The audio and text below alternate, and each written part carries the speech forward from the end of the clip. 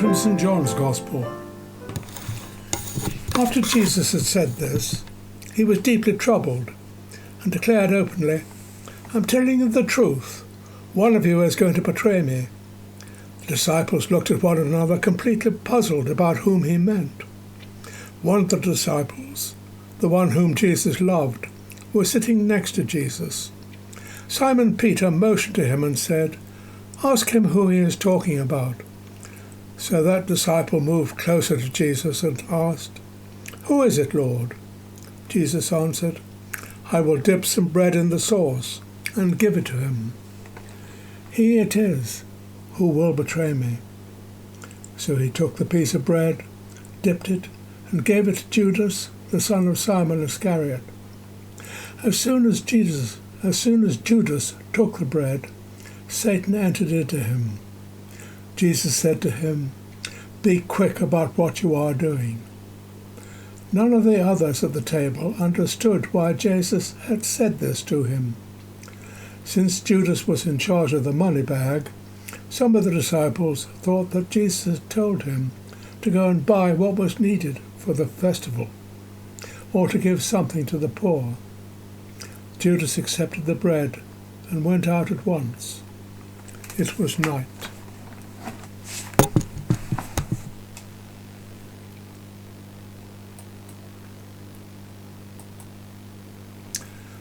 We're in the midst of Holy Week, when our minds turn towards Jesus' journey to Jerusalem to give him of himself for us all. Today we think of the preparations which Jesus' little band were making to eat the Passover together. They kind of had no idea of how the evening would work out. The thought that one of their own might betray Jesus, I am sure, never crossed their minds. What a terrible picture the word traitor built in our minds. Someone who gives to the enemy what they can't get by themselves. Someone who sells to the enemy what they want and can get no other way. But these thoughts rarely fare when applied to Judas Iscariot. He was a disciple, one of the chosen band of special friends and followers of Jesus. I don't think for one moment that Jesus chose his band of 12 at random.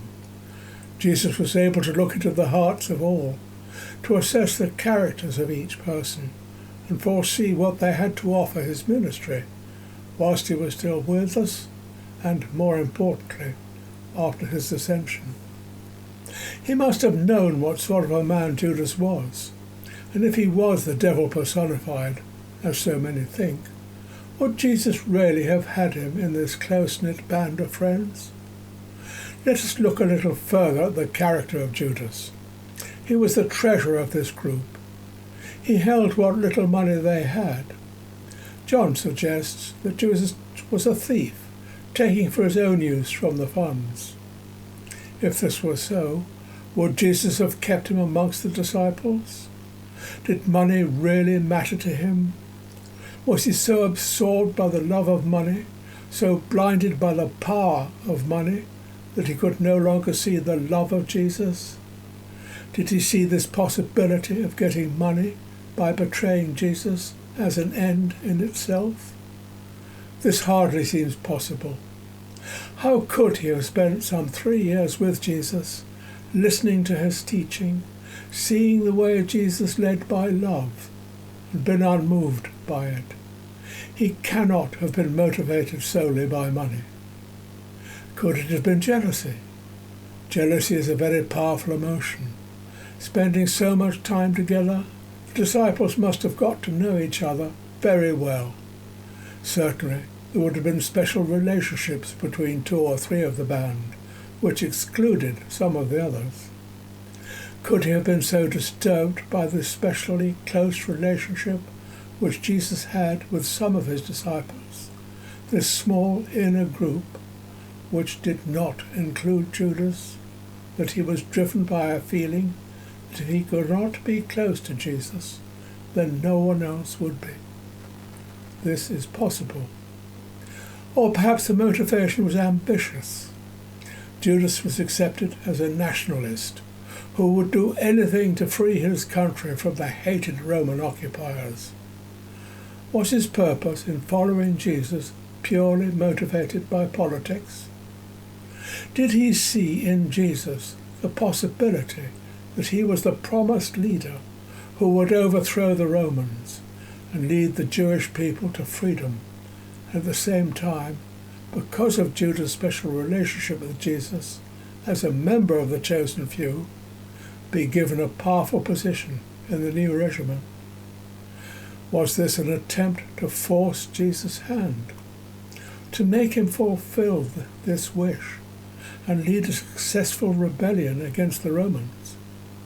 And when he saw that Jesus' entry into Jerusalem was not as a conquering king, his disillusionment overcame all other emotions. Had love turned to hatred? Was revenge his motive? And it was only when he realized the true horror of what he had done that he repented, threw the money back at the high priest, and then went out and hanged himself. In reality, though, the motive behind Judas' betrayal of Jesus is not really important. He did it, he betrayed Jesus, so that through his actions Jesus was crucified. But one thing is important. We have looked at many aspects of human frailty. Jesus succumbed to one. He was a human who failed Jesus. 24 hours later, Jesus was arrested. Peter denied Jesus. The other disciples were scattered. I wonder how we would have behaved under these circumstances. I don't know.